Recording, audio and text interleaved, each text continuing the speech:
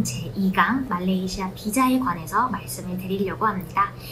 말레이시아 비자인 챕터에서는 제가 말레이시아 비자 종류와 비자 신청 가격과 신청할 때 필요한 서류 그리고 방법에 관해서 간략하게 설명을 드리려고 합니다.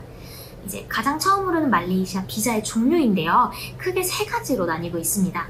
단일 입국 비자인 Single Entry Pass, 그 다음에 다중 입국 비자인 Multiple Entry Pass, 마지막으로는 환승 비자인 Transit 비자입니다. 그래서 단일 비자부터 말씀을 드리자면 단순 방문을 목적을 가지고 말레이시아에 오신 분들에게 지급되는 비자입니다. 그래서 발급일로부터 90일 동안 유효하고요. 다중입국 비자는 Employment Pass와 Student Pass 같은 중요한 한국인들이 많이 필요로 하는 비자가 포함되어 있는 비자 타입이고요. 목적이 있어서 입국이 필요한 분들에게 지급이 됩니다. 그래서 발행일로부터 3개월에서 12개월 동안 유효하고요. 한 번 입국했을 때는 30일 동안만 가능하고 이제 그 안에 비자를 바꾸는 겁니다. 제가 아까 말씀드린 Employment Pass나 이제 Student Pass 같은 걸로 바꾸는 형식으로 진행이 되고 있습니다. 그리고 마지막으로는 Transit 비자인데요. 말레이시아를 경유하는 외국인들에게 발급이 되는 비자입니다. 그래서 공항을 떠나지 않고 환승 중인 외국인에는 필요가 하지 않지만 그 외에 외국인들에게는 필요한 비자이고요. 최대 120시간까지 유효합니다. 그래서 방금 제가 말씀드린 것처럼 EP와 같은 직장인들에게 필요한 비자를 포함하고 있는 멀티 엔트리 비자에 대해서 이제 말씀을 드릴 건데요. 한국어로는 다중 입국 비자이고요. 자, 말레이시아는 사실 방문 목적에 따라서 다양한 비자 그리고 패스가 이렇게 제공이 되고 있는데요. 여기 보시는 것처럼 가장 흔하게는 관광 비자, 그래서 초이스 비자로 이제 말레이시아 관광 목적으로 오시는 분들에서 한해서 제공이 되는 비자이고요. 30일에서 90일 동안 유효합니다. 그래서 말레이시아 놀러 오시는 분들은 다 공항에서 이제 이거 스탬프 비자를 받고 오시겠고요. 말레이시아 관광 비자로는 근무할 수 없다는 점 확인 부탁드립니다. 그 다음은 이제 비즈니스 비자인데요. 비즈니스 비자는 관광 비자랑 비슷해요. 하지만 이제 회의나 비즈니스 목적으로 말레이시아에 오시는 외국인들에게 주어지는 비자이고요. 계획이나 목적이 있는 비자라고 말씀을 드릴 수 있을 것 같습니다. 그래서 똑같이 30에서 90일 동안 유효한 비자이고요. 역시 이것도 말레이시아에서 일하거나 공부할 수 없는 비자입니다. 그 다음엔 이제 부양 비자인데요. Dependent Pass라고 해서 이제 말레이시아의 국민 또는 장기 비자를 가진 외국인 배우자들에게 주어지는 겁니다. 외국인 배우자, 자녀 혹은 부모님들에게까지 주어지는 비자인데요. 이 비자는 배우자와 동일한 기간을 말레이시아에 체류할 수 있는 그런 영향을 가진 비자입니다.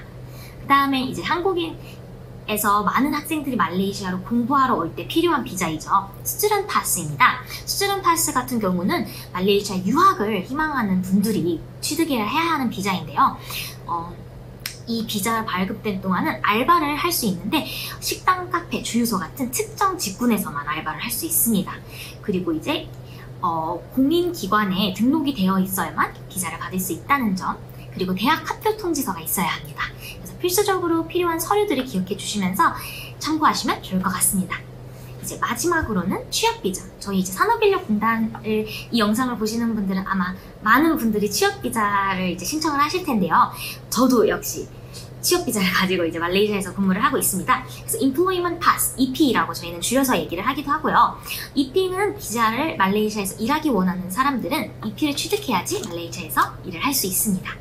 그래서 기업이 일자리를 제공한 전문가나 관리자, 임원급 이렇게 발급을 하고 있고요. 직원들도 대부분 다 EP를 받고 있습니다.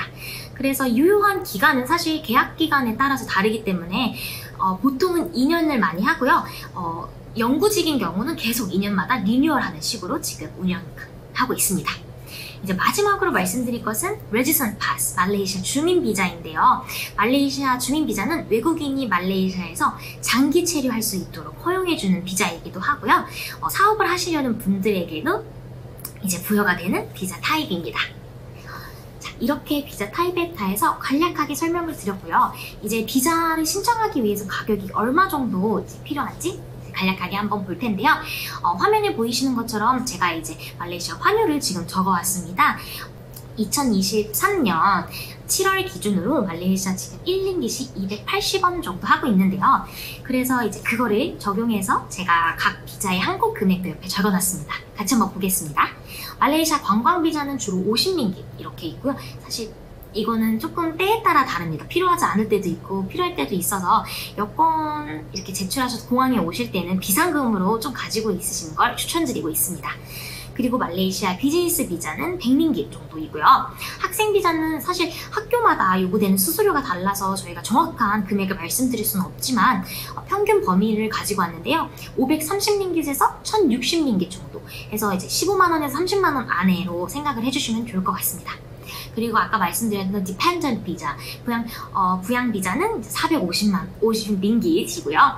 취업 비자는 이제 또 계약의 기간에 따라서 비용이 달라요. 적게는 1년, 그리고 많게는 3년까지 이렇게 비자를 저희가 신청을 할 수 있는데요. 지금은 그냥 아까 말씀드린 2 years가 기본이기 때문에 2년을 기준으로 했을 때 800링깃 정도 생각을 해주시면 좋을 것 같습니다.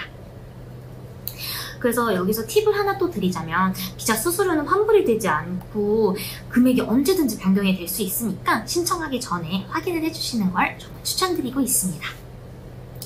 그래서 이제는 취업비자 신청 방법에 관해서 이제 간략하게 설명을 또 드릴 텐데요. 말레이시아가 이제 비자 프로세스가 자주 바뀌지는 않지만 최근에 한번 변경이 되어서 변경된 걸 가지고 왔습니다. 제가 2023년 6월 15일 날 도입된 엑스팟 게이트웨이를 이제 설명을 드릴 건데요. 더 빨라진 시스템이라고 생각해 주시면 될 것 같습니다. 그래서 보시는 것처럼 이펙스라는 외국인 노동자 관리 시스템에서 비자를 신청하는 건데요. 여기서 신청을 하게 되면은 이제 엑스팟 게이트웨이에서 ESD라는 이제 서류를 받아서 마이다에 지원 편지를 요청을 하게 됩니다. 그럼 마이다가 비자를 관리하는 회사이니까 이제 거기서 비자 신청 절차를 위해서 모든 서류를 제출하기도 하고요. 그래서 이제 BDR, Visa with Reference를 서신을 받을 때까지 2, 3주 정도 대기를 하는 시간을 가지게 됩니다.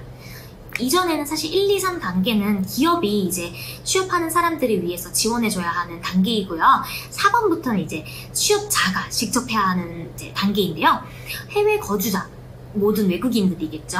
그분들이 BDR 서신을 이제 함께 이 비자에 등록을 해야 됩니다. 그래서 이 비자 신청을 하게 되면은 파스가 나오게 되면 말레이시아에 입국을 할 수 있는 거고요. 그래서 이게 마지막 단계로 들어오면은 이제 EP, Employment Pass를 발급받게 됩니다. 혹은 만약에 말레이시아에 먼저 들어오고 싶으신 분들은 이전과 하면 되지만 모든 결과가 다 끝나고 들어오고 싶으신 분들은 여기 5번을 참고해 주시면 좋을 것 같습니다. 5월 다음에 5번이 또 하나 있는데요. 승인 단계가 모두 다 완료가 된 이후에 말레이시아에 입국을 하셔서 말레이시아 공항인 KLIA1에서 이제 ESD 세틀라이트 센터에서 EP를 직접 수령해가지고 이제 말레이시아에서 근무를 시작하신 경우입니다. 그 다음에 이제 비자의 바뀐 점에 관해서 이제 말씀을 드릴 건데요. 말씀드린 것처럼 6월 15일부터 이제 새로 도입된 시스템으로 비자의 변경이 있다 보니까 비자의 바뀐 점 이렇게 나누게 되었습니다. 그래서 이제 비자를 원래 갱신할 때 저희가 항상 여권을 제출을 했었어야 됐는데 이민국에서 이 부분을 이렇게 간소화시키면서 이파스라는 것을 이제 부여하기로 했는데요. 이파스란 가지고 왔습니다. 정의를 같이 한번 보겠습니다. 기존의 여권에 부착된 스티커를 EP거든요. 그게 Employment Pass, 그거를 대체하는 전자파스입니다. 그래서 Electronic Pass에서 ePass가 되겠고요. 그래서 ePass의 목적은 EP, 고용 허가증을 받는 절차를 간소화하고 여권의 페이지 사용수를 줄이는 것이라고 하는데요. 왜냐면 항상 여권을 제출할 때 거기다가 스탬프를 받게 되면 페이지 수가 줄어드니까 그런 점을 고려해서 이제 일렉트로닉으로 가능하게 만든 것 같습니다. 그래서 바뀐 점이 뭐가 크게 있냐면요. 비자 스티커를 처음 한 번만 발급받으면 더 이상은 여권을 제출할 필요 없이 그냥 이파스를 재발급받는 형식입니다.